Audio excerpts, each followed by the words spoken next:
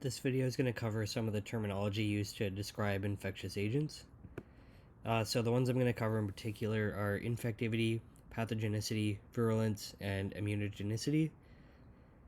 So infectivity is talking about, I guess, the probability of infection following a contact with the agent. So the three outcomes following a contact are non-infection, infection, or colonization. So non-infection is being represented here with one where it's having like the virus like bouncing off the person, representing an unsuccessful contact. And infection is when the virus or bacteria is able to get into the person, and it's being represented here by eliciting an immune response to differentiate it from colonization, where the agent gets into the person and proliferates without actually really causing any changes to the environment, not eliciting an immune response, not causing symptoms.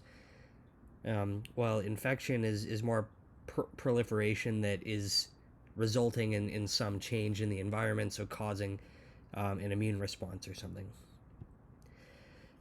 So the next idea is pathogenicity, and that's what's happening once somebody is infected. That's kind of talking about what I was just describing, where I guess pathogenicity is talking about the extent to which infection results in disease or no disease.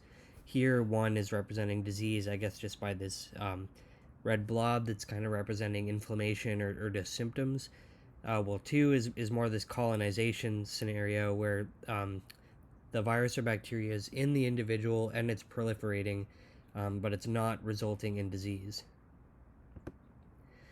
Virulence is a term used to describe the severity of the disease. So this is specifically in scenarios where someone has become infected and disease is happening, but virulence differentiates severe disease, which is represented by the one here, I guess, with the darker red, more severe inflammation or symptoms. And I guess there's milder disease, which is the paler blob. Immunogenicity is differentiating, so I guess just for a given disease situation, for a given agent that results in disease, following some time, following, I guess, the recovery from the disease, the ability to mount a secondary immune response, so the ability for your immune system to mount an immune response following the next exposure is basically what immunogenicity is representing. And some reasons that you might not elicit an immune response following exposure could be failures of your own immune system, but it could also be like a property of the agent where certain things like hepatitis C mutates so rapidly that any like antibodies that you develop to it might not necessarily protect you from the next exposure, just because it's possible the antigens